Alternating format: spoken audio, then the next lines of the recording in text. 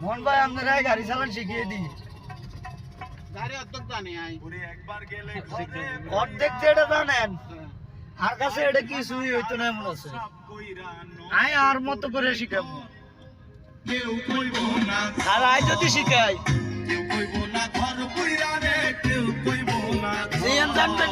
expert করতে হইব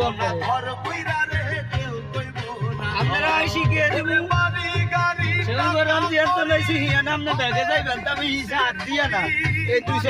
ব্যবহার করে